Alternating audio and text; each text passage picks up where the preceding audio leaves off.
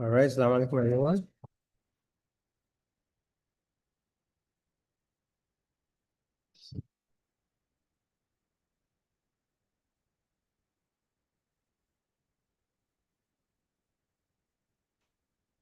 Assalamualaikum warahmatullahi wabarakatuh. Waalaikumsalam. Is everyone in the class already? Wait,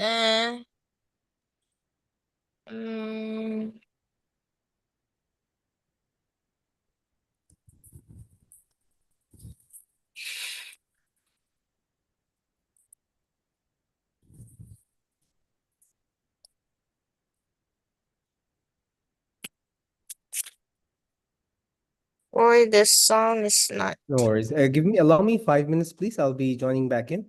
Just setting up some okay. stuff on my side. Thank you.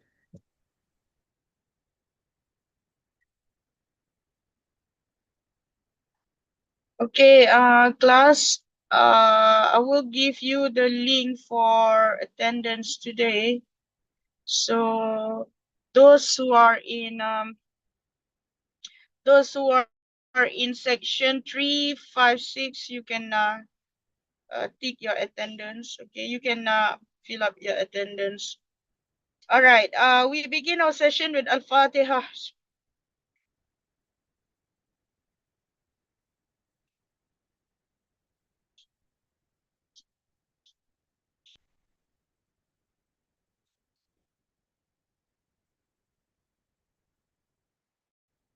Okay, class, here we are with Brother Zakaria Kandakar Muhyiddin. Brother Zakaria is from industry people from business venture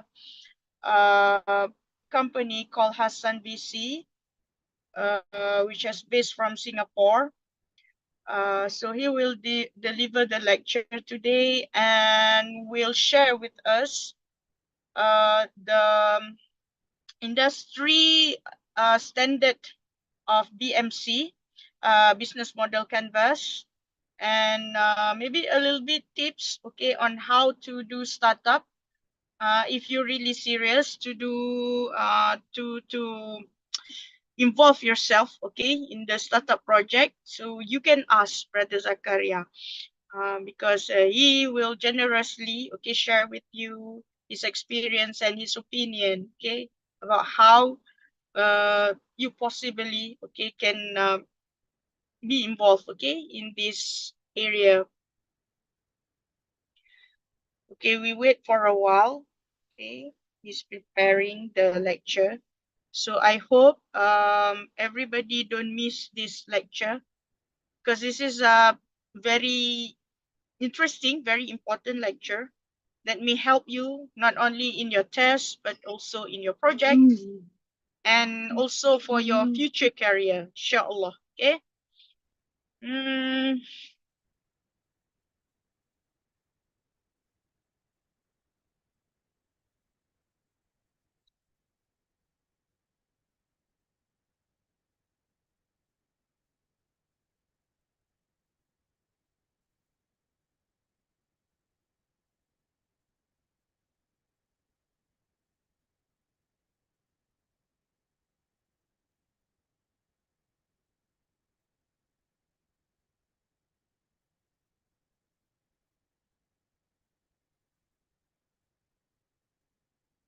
Okay, those who from section 3, 5, 6, you can fill up attendance.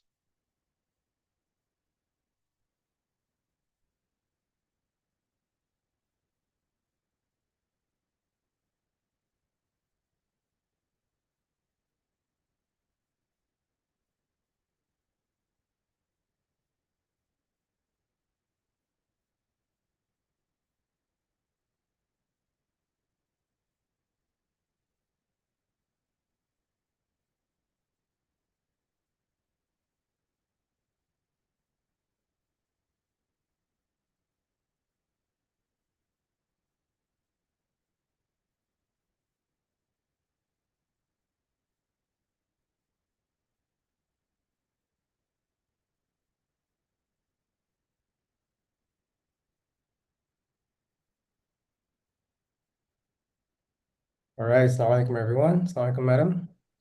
Everyone's doing well. Waalaikumsalam rahmatullah. Thank you very much, Brother Zakaria, for your willingness to give lecture to your junior. Brother Zakaria is actually our alumni, and he's doing master in IT, right? Or computer Master's in science? Computer Science, yes. Computer science, sorry, master in computer science, okay? So you may ask him about technopreneurship opportunity, maybe for your future career, inshallah. Okay, I give the floor to Brother Zakaria. All Thank you right. very much. Okay, thank you so much, Madam Suhaila. Assalamu alaikum, everyone. Hope everyone's doing well, inshallah. So a little bit about me. As Madam mentioned, I'm an alumni of International Islamic University, Malaysia. I'm from KICT. I graduated from my bachelor's in 2020, and then I've been working with startups and recently in venture capital. And uh, I'm still working, and alhamdulillah, I've decided to continue my master's in computer science back in KICT IIM as well. So today, I believe, as part of this lecture, you've all been already introduced to the business model canvas concept.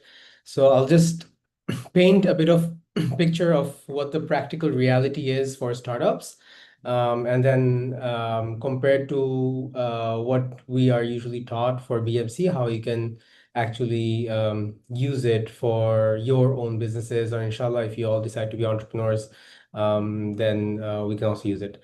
I'll just touch slightly about Hasa VC. We are a venture capital fund and accelerator, and we mostly invest in early stage startup companies. So any startup companies that are beyond the idea stage, they have some kind of customers, some kind of revenue coming in, we usually invest in that stage. We can talk more about that later after the class, inshallah. So let me just go ahead and quickly share my screen. Give me a second.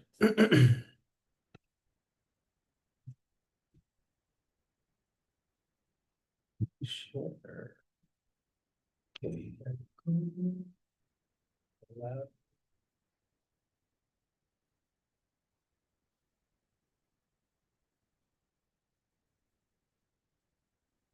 All right, let me know if the screen is visible.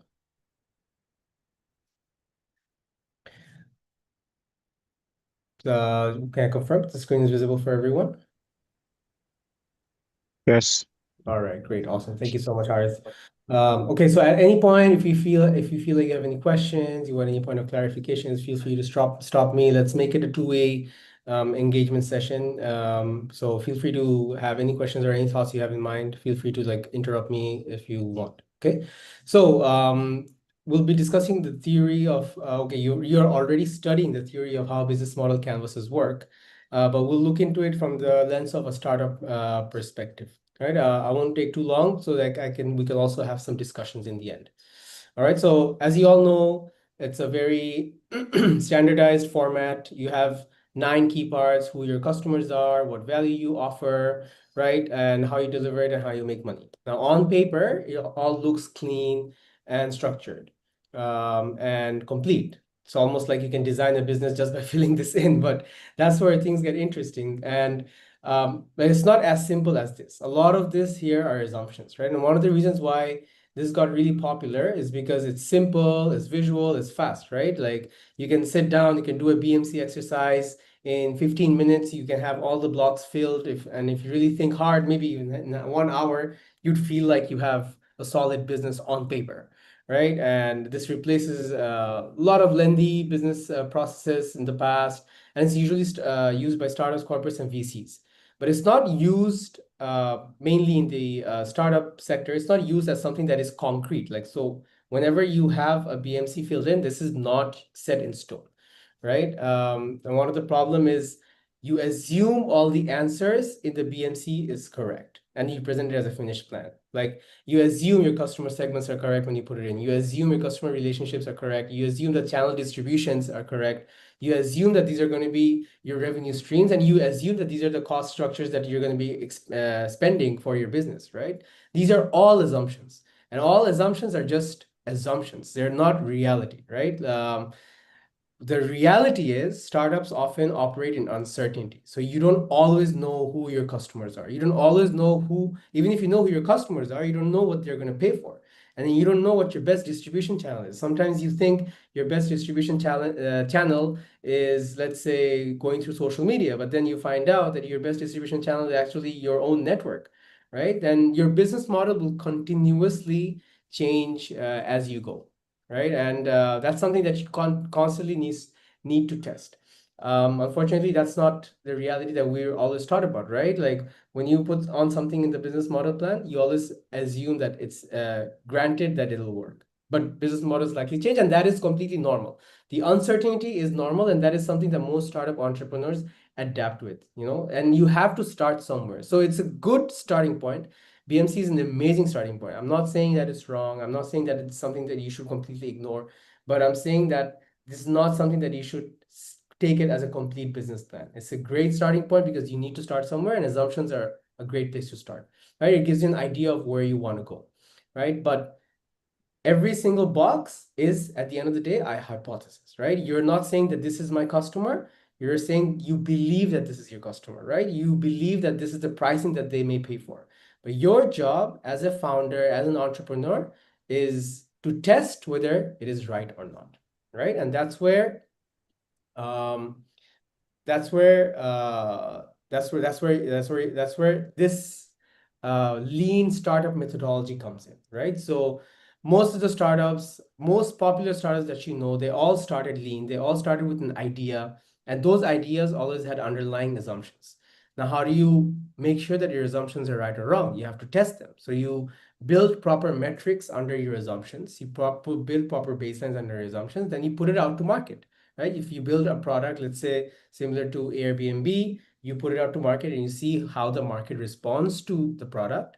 Based on how the market responds to the product, then you learn and you pivot. Where you see if a different pricing strategy is working, then you pivot towards a different pricing strategy. And then you update your business model canvas. So whatever assumptions you had in the beginning on your business model canvas, you constantly go back to it and you update it with your learnings. That's how you come up with an updated business model plan. And then hopefully after like 10 iterations, 20 iterations, however many iterations you take, you see that your startup is growing, you're getting money, your expenses are low. Yeah. All right.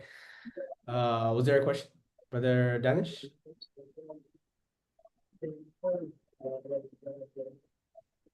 Okay, I'll assume there's no question. But guys, any questions so far? Feel free to voice out any questions or any thoughts you have, or if you want to add anything to this. Are we all good? Okay.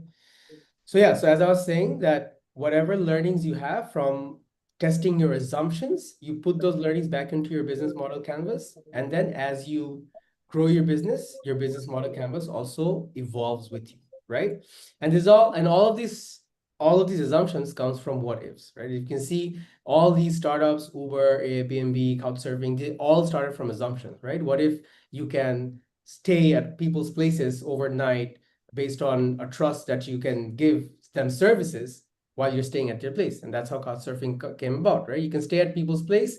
In exchange for money, you give them services that you have, right? Airbnb as well. People were tired of bureaucracy and hotel pricing, you know, and people had rooms that they wanted to let go of at a good price for tourists, and that's where matchmaking Airbnb came out, right? Like regular people having rooms matched with regular tourists who want to have rooms, right? And then you have the concept of Uber as well. All of them came from assumptions, right? They weren't sure from the get-go that this business is going to take off. They had their assumptions. They went out, they put their product out to market, and they tested it. And right now is the easiest with the with AI and other builders that you have, like Lovable, Replit. It's so much easier to build products without a technical background, and it's so much easier to put it out to market to see and to test whether your products work or not, right?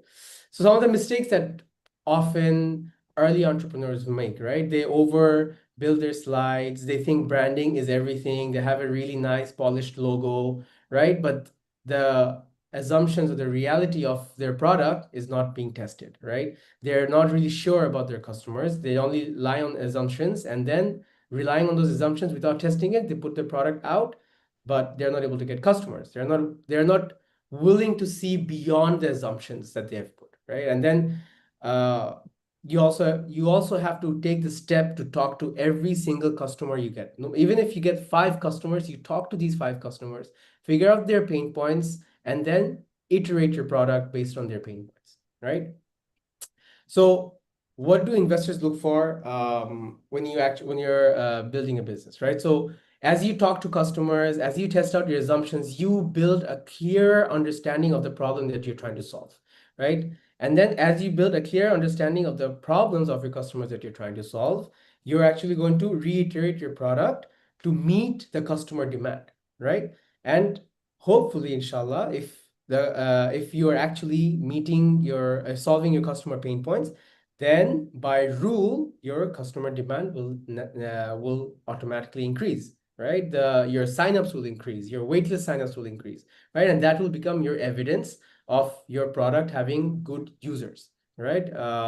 Speed of iteration, which is how fast you're testing your assumptions, right? So you cannot keep testing. You cannot rely on just one single test, right? There's so many factors to test, and you have to be very quick and very fast, right? And alhamdulillah, with digital tools we have right now, it is actually very easy to test our products, right? You can, especially like, for example, somewhere like UIA, right? On the campus, if you have any student products or any student-led entrepreneurs, you can easily test in a population of students. And if you feel like this population is responding to your product, then you can expand it to other universities, right? Then investors also look for founders' learning ability, like how fast can you adapt to the market? Because the market is constantly changing, right? What worked 10 years ago may not work now. Let's say, for example, blog and SEO content writing, once upon a time, it still is a strong growth factor for a lot of website traffic. But right now, there are other type of content that is competing as fiercely as blogs or content writing. There are TikTok shops, TikTok lives, IG lives, right? Instagram content, influencer marketing. They're much more faster. So for any founder or any entrepreneur to do good business or to sell your product properly, you need to have your own personal brand. And then your personal brand will then bleed into your product's sales, inshallah. So, but then you have to be able to keep up with the market, keep up with the reality of what the landscape you're in right now, right? So what are some of the practical BMC steps that you can take is, instead of all 9 boxes, start with 2 or 3. It'll be much easier. Start with 2 or 3 boxes and write your assumptions down. Whether it is your assumed target customers or your assumed target price or your assumed costs, write them all down. Then once you have the product ready, and you put it out to market, you can test with real users, and you can actually write down the actual results based on your assumptions and update your BMC constantly, as I mentioned earlier, right? So the traditional way, usually before, at the time, used to be you plan your business, then you build your product, and then you launch, and then you wait. But now you don't even have to wait to plan and build. As you're building, you can actually release some early features and then test and see whether these features are being met with the customer demand or not, right? You can open a wait list on your website, right? You can open beta features for a lot of products. They have beta waitlists out, right? So you can join waitlist. You can see a lot of new products and new startups in Silicon Valley also has waitlist landing pages. It's a great way to acquire customers, right? Or you have beta features out, and then for future features, you already have customers acquired from these beta features.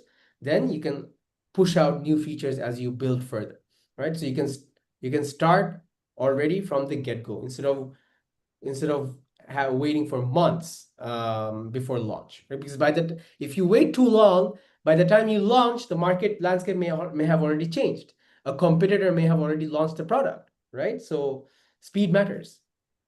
So here are some market validation strategies, right, that you can use, which is low cost, but they actually help you validate your customer base, right? One was the landing page test that I was talking about, right? You all build a simple landing page with a waitlist form, and you already start marketing your product. That way you can actually understand the demand of what the product is, and you can actually start talking to your ideal customers about what kind of solutions are they looking for their problems, because you have an assumption of the problem that you're solving, right? Now that is only an assumption on your part, but you have to do your due diligence of your part of doing interviews, collecting the data, trying to understand how much of the problem you're actually solving, right? And that will give you much more idea into how you build your products. Did someone have a question? All right, are we good so far? Any questions? Feel free.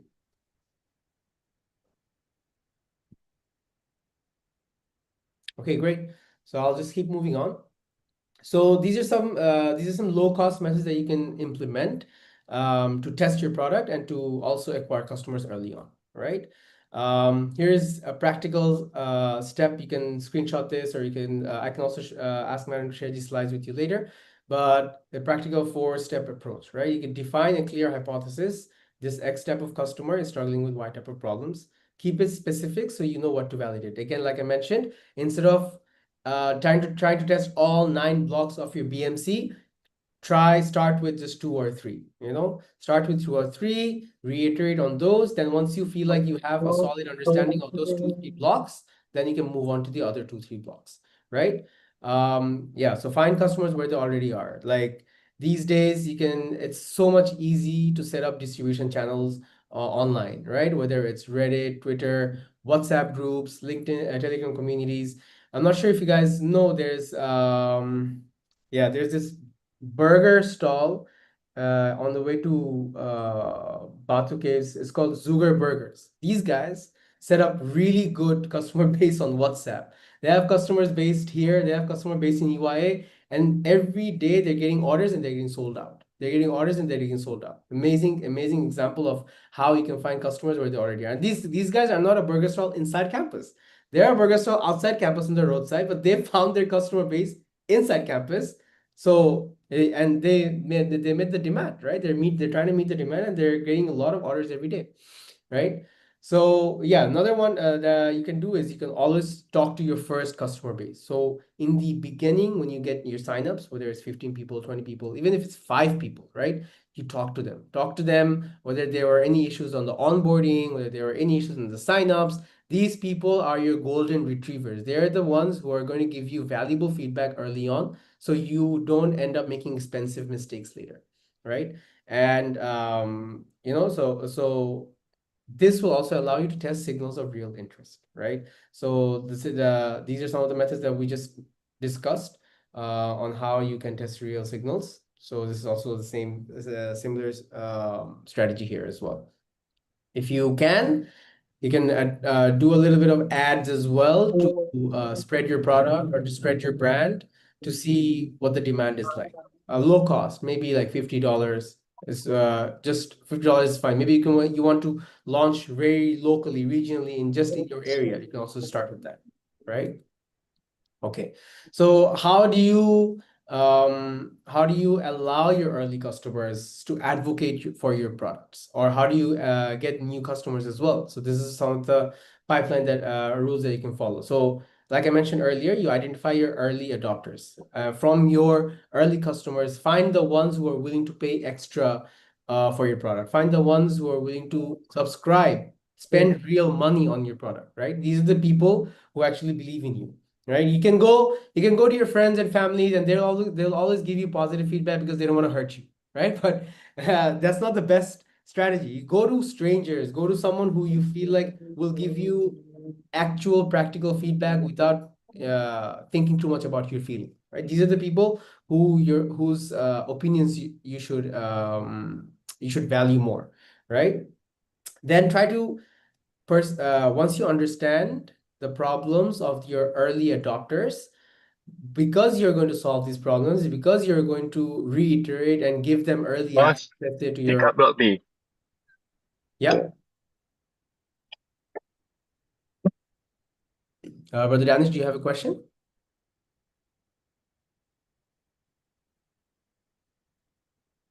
Okay, I'll assume there's no question there. Oh, so as I was saying, that once you identify your early adopters and you try to solve their problems, if you give them early access to your next version of the product, next iteration of the product, then your customer base, your loyal customer base are going to feel much more valued, right? Let's say you have version 3.0, version 2.0 ready, right? And you send out, you build an email list of your customers, and you send an email to a specific segment saying that this is ready for them to test and to give you feedback. These people will then, because of the trust that they have gained from you, they'll be spreading your product through their word of mouth, right? So allow them to share your product in those ways, in a way that they can also feel benefited, right? So if they write testimonials, build up a bank of testimonials, give them, if you have a paid product, then give them custom coupon codes, custom referral links that they can share. Grab does this amazingly, right? Uber also did this once upon a time when Uber was here in Malaysia. Whenever a lot of apps do it, whenever you sign up into an app, they'll give you a referral code. You can share that referral code with a friend who can also get benefits, and then you also get benefits. So it's two-way, and then people just spread those apps among themselves because there's something to take away from there. So not only do they love your app because of how you made them feel valued, but they also feel like they get extra value from within the app by sharing with other friends who also get values, right? So this will also allow your product to spread fast. Inshallah, if your product is actually solving the problem that you are willing to solve, right? So like I just mentioned, you also showcase your testimonials, your success stories. If you want to go out of your way, then ask them to also record videos of how they feel after they use their product. These are very important, and they can really strengthen your brand to get new customers and new leads, right? So yeah, that's pretty much it on my side. I think the remainder of the time I will open up for questions and answers. If there's any questions and answers, then the floor is yours. Anyone got any questions?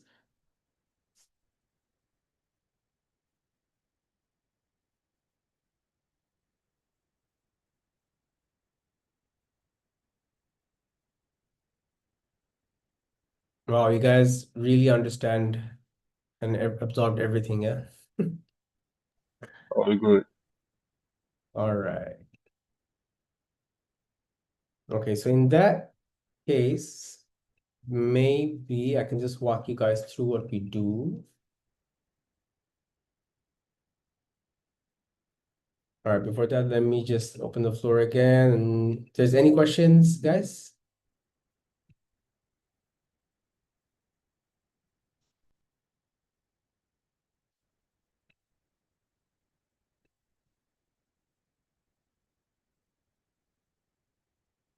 All right, so let me introduce another concept to you guys. Second.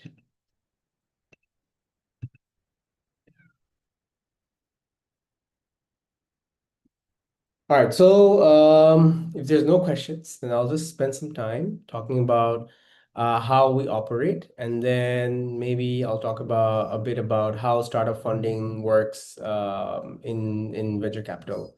And inshallah, if that should also, if any of you guys already have startups and you guys are looking for funding, then you guys can also contact me or even contact Hassan VC, the venture capital that we work in, right? Because starting a business, while it is very easy to start a business, a lot of the times you also need funding. So if you're not well funded and you want to expand, then that's where you look for extra capital so you can expand, and then you can also expand your customer base beyond your region, right? All right, so let me just stop share here.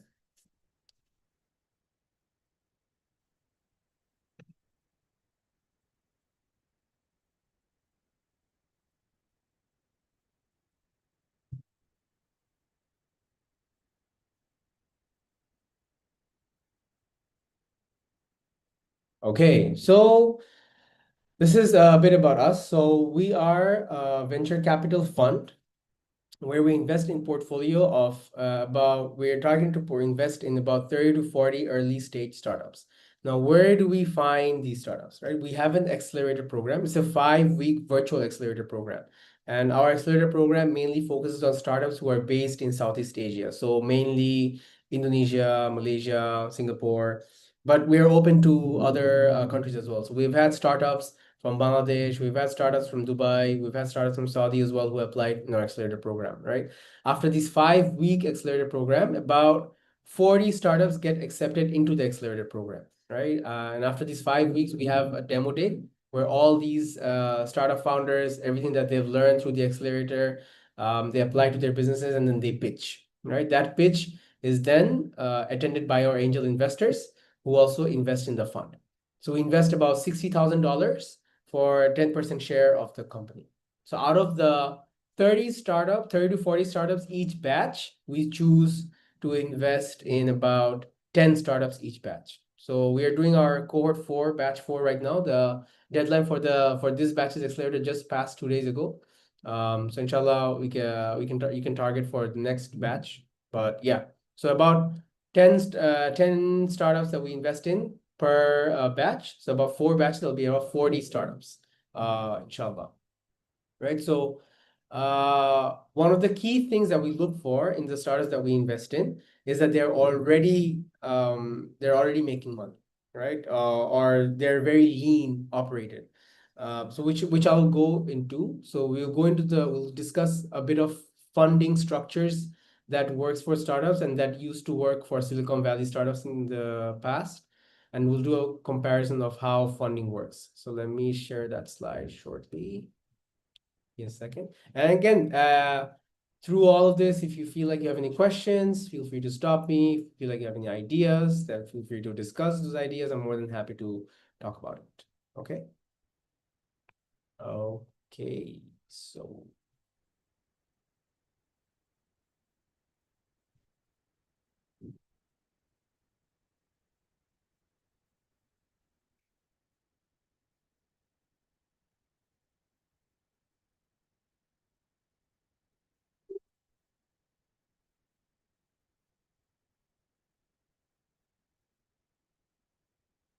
give me a second here.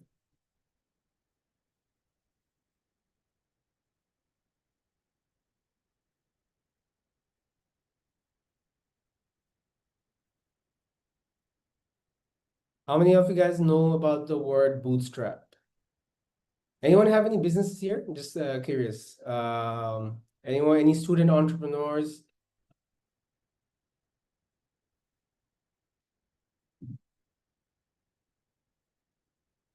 Don't you have to like build a business after the end of this class to some degree?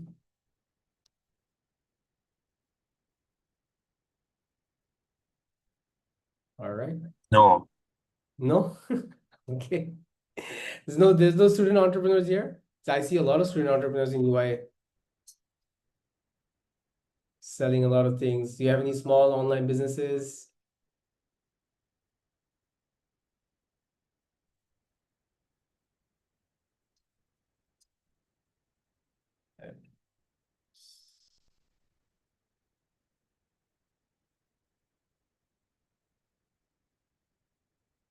All right.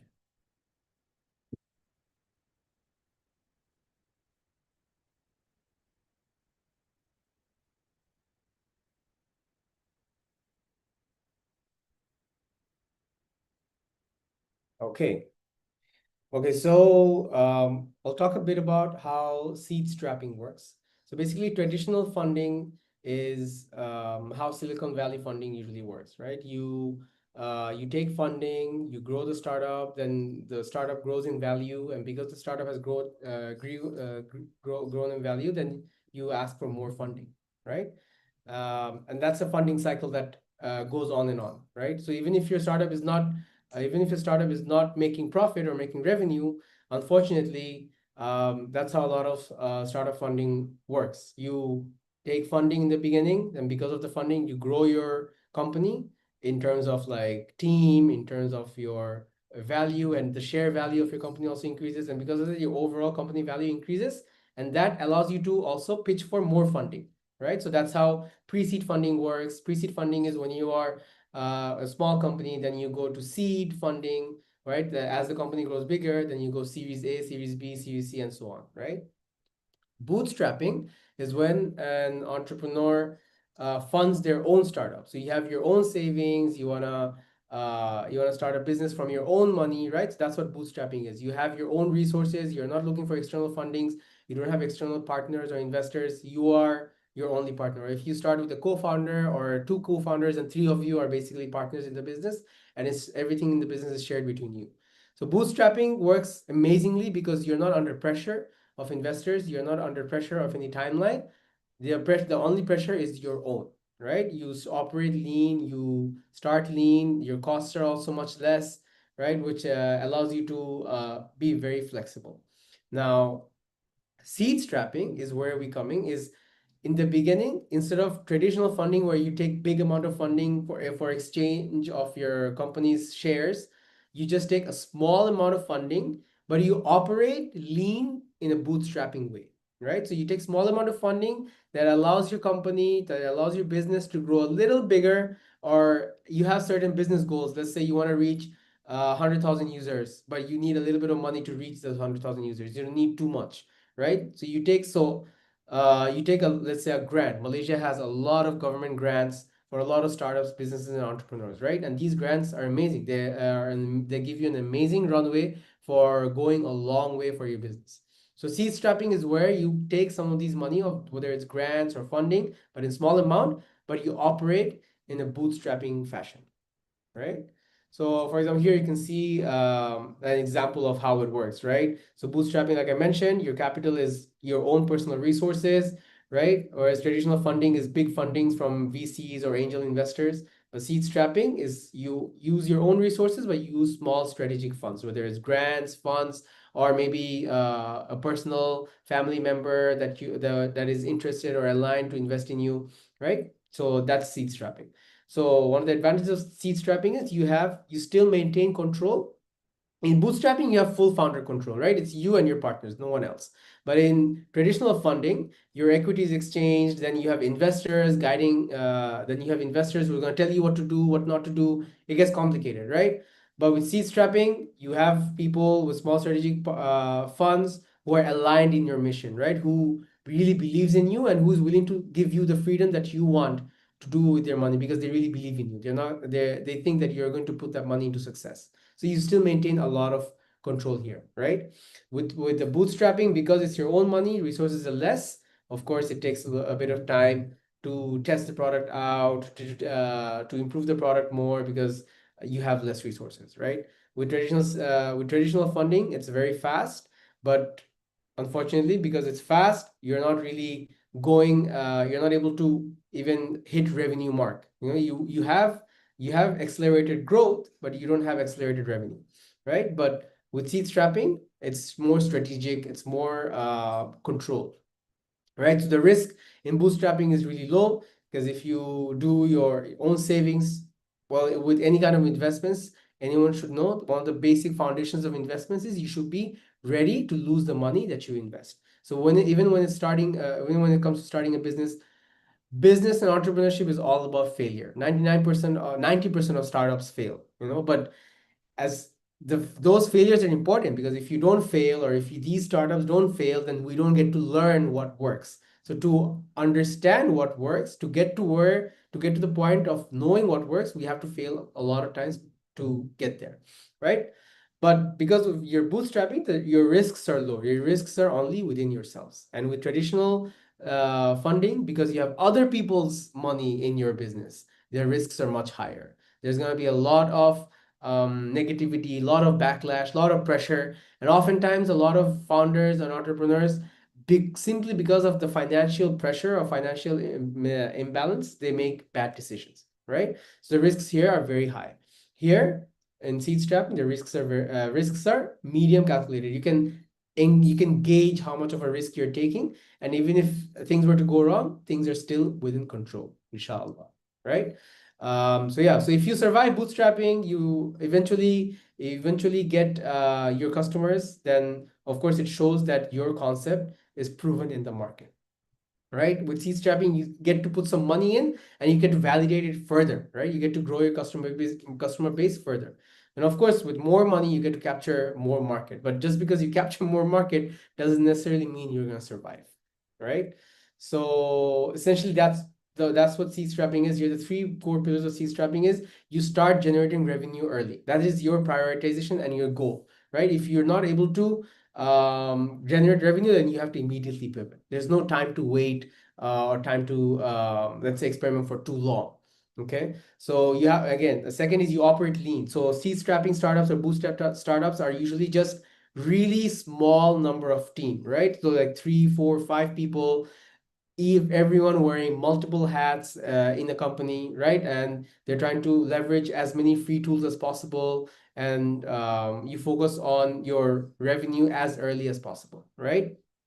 Which comes to the third pillar, is you have to say no more often, because as a startup and an entrepreneur, you're going to get a lot of opportunities to grow here and there, but it's about how you say no to a lot of these opportunities so you can focus on the ones which actually bring revenue to the business. Okay. So this is the control retention matrix that we share with our founders. So as you can see, your founder autonomy here goes up on the seed strapping side, with external capital going up here. And then if you go on traditional venture capital, which is others, if founder autonomy reduces because you are now under scrutiny of other investors, right? They want to guide how your business is going to go, right? And pure bootstrapping, where you have your own money, less external capital, you have full founder autonomy. So seed strapping sits nicely here on this matrix where you have full autonomy, but you also have some external capital to kind of expand your business operations.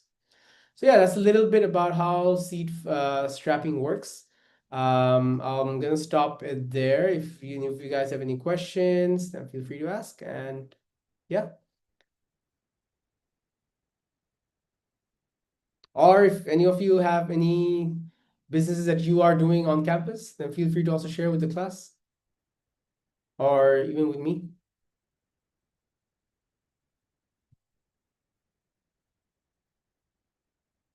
Wow, what a silent class, yeah. It's cool. It's cool. I know it's Friday, guys. Uh, Sorry, can I just ask one question? For sure, bro. For sure, brother Harith. Go ahead.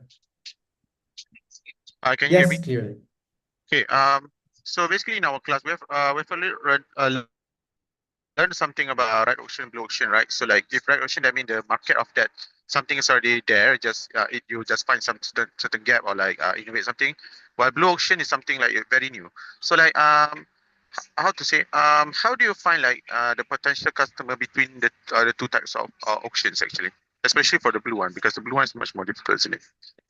What are your options? Let's say, give me a product that you're thinking of for your customer or base.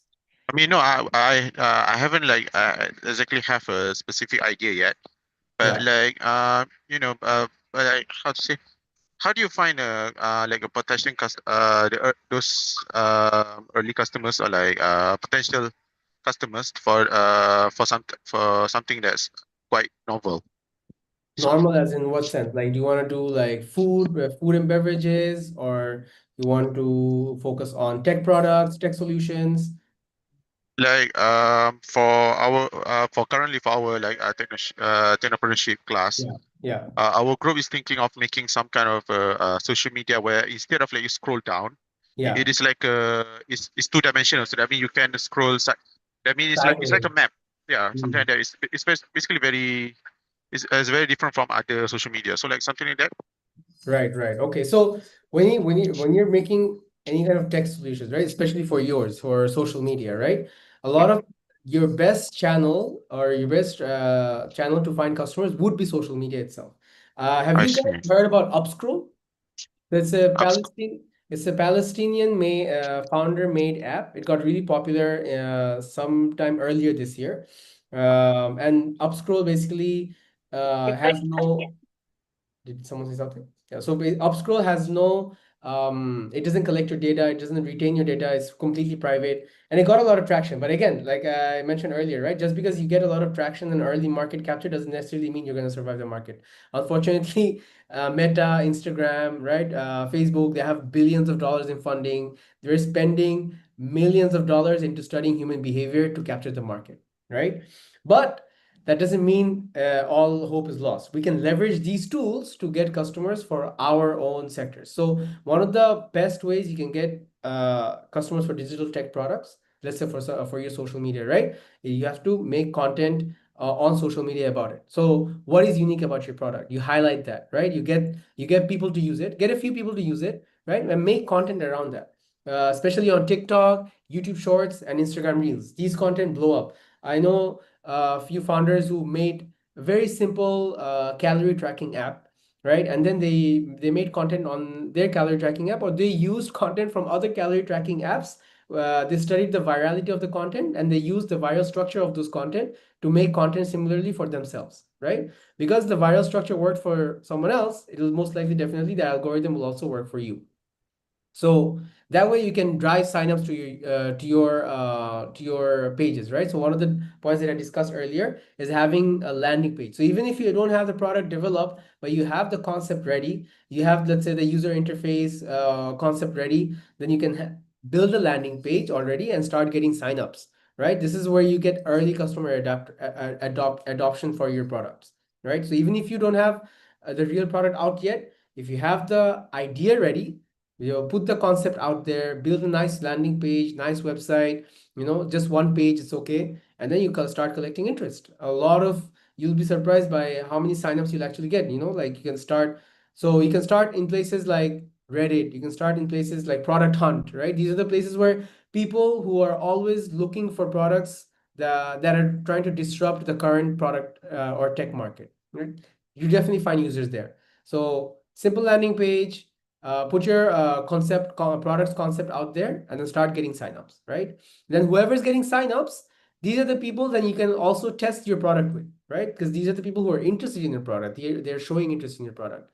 So definitely use this, and then also create content around your product. Show people, talk to people on why horizontal scrolling is more effective than, let's say, vertical scrolling, right? What are the pain points of vertical scrolling versus what are the benefits of horizontal scrolling? Right? Think about it that way. Then if you make, because content is king right now. If you want any kind of traction, you have to put yourself out there. I hope that answers the question, Brother Harith.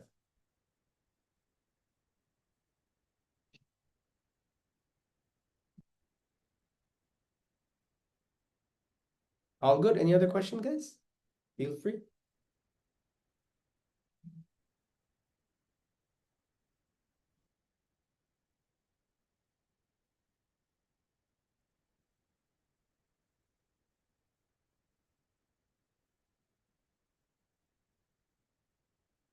Okay, I guess no questions. Madam, I'll pass the floor to you if you're there.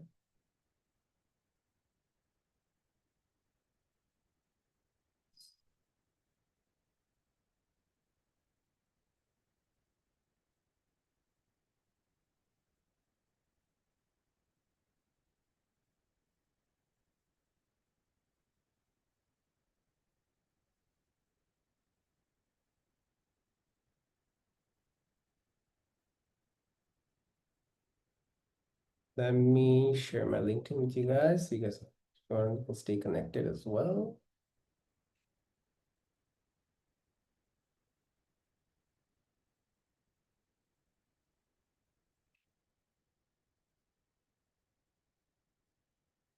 Okay, feel free to send me a connect if you feel like you have any questions later.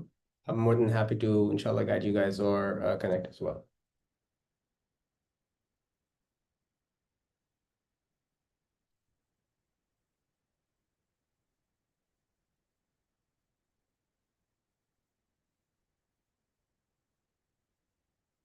Madam, Madam Suhaila. Okay. So nobody wants to ask anything to Brother Zakaria. Yeah, This everyone's. is your precious opportunity, actually. Yeah, I think everyone already knows everything. Or I don't think so. Oh, come on. Because you need to prepare the business model canvas for your project. So please, okay, on how maybe you identify your customer, like Haris just now asking very good questions. I hope that the rest also concern, okay, about so many aspects, yeah.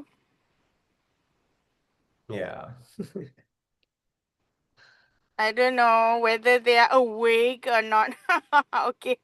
Yeah, It's it's okay lah. Friday, right? Especially after Juma, after lunch, everyone's Yeah, after sleeping. Jum'ah. Okay. Mm. So if everybody don't have any problem, okay, with BMC, so I expect very, very perfect BMC now Inshallah, for your yeah. project. All right. Thank you very much, Brother Zakaria, Anytime, for madam. your valuable sharing with your juniors right now. Yeah. Okay. Maybe they are quite shy. Maybe later on they will. You share with them your contact, and then maybe Yeah, I'll they share my can LinkedIn. ask you later. Yeah. Okay. So with that, maybe we can take photos. Anybody wants to on your camera? There's no need to, take photos if you don't want to on your camera. Everybody, can you on your camera? Yeah. Now we'll see who's actually awake. Do they really on their camera? I cannot see anyone on their camera. If you don't want to on your camera, then only Haris on your camera. Oh, come on. It's like Haris. Haris only awake here. And only a few. It's okay lah. So everybody, take your attendance, huh? Get your attendance here. Okay. Alright lah. With that, we end our session. With tasbih kifarah and suratul asman Allah min syarri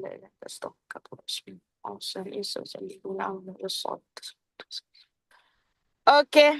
Thank you very much, Brother Zakaria. Inshallah, Anytime, maybe in future we may invite inshallah. you again for more Yeah. valuable topics, okay, for other topics under technopreneurship. Okay. See you Okay. again, inshallah. All right. Assalamualaikum. Walaikum assalam wa rahmatullahi wa barakatuh. All right.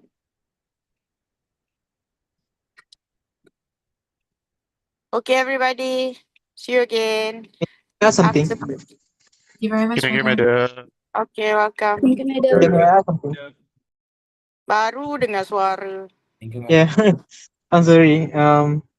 But on the attendance link, there's only like session 3, 4, 5, and